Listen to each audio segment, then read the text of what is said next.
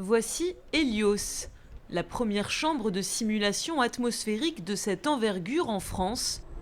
Impact du rayonnement solaire sur la qualité de l'air, sur la santé ou sur les bâtiments. Helios va nous permettre d'en savoir encore plus sur la pollution atmosphérique grâce à un procédé d'irradiation naturelle. On va simuler ce qui se passe dans l'atmosphère, mais on va maîtriser les conditions de température, de pression.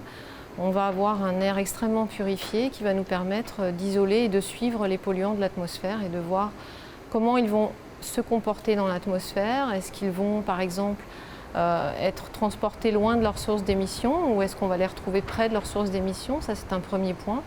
Et un deuxième point, comment ils vont se transformer? Est-ce que ce premier polluant, par exemple, va en créer un autre, etc. Et cet autre polluant, lui-même, comment va-t-il se comporter dans l'atmosphère?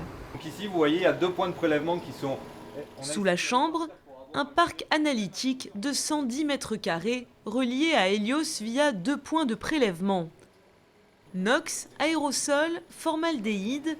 Grâce à des appareils très performants, les scientifiques vont pouvoir séparer des milliers de composés présents à des concentrations très faibles. Alors ici on a la chambre tout en haut, à l'intérieur de laquelle on introduit de l'air purifié. Quand on commence nos expériences, on va introduire un composé à mesurer.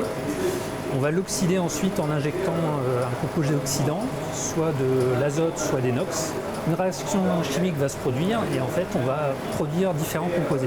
Et ces différents composés en fait vont être analysés suivant l'instrumentation dont on dispose ici sur la plateforme. Alors par exemple, on utilise cet appareil pour mesurer les composés organiques volatiles.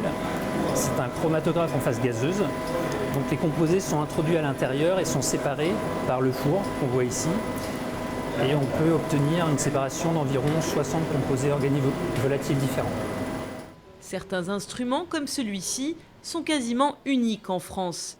Basé sur le principe de l'absorption laser multipassage, il va permettre de capter les aérosols et les doser.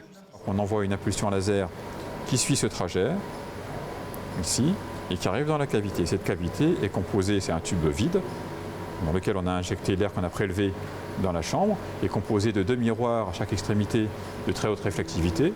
Donc le détecteur va voir en fait une intensité du faisceau laser diminuer petit à petit, et ça permet de voir en temps réel la forme de l'atténuation caractéristique de la concentration d'aérosols dans la chambre de simulation atmosphérique. La région Centre accueille ainsi la 3e chambre de simulation de ce type en Europe.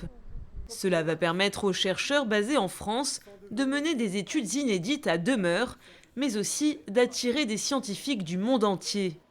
Helios pourra servir aussi de plateforme d'expérience pour des procédés dits de dépollution élaborés par les industriels.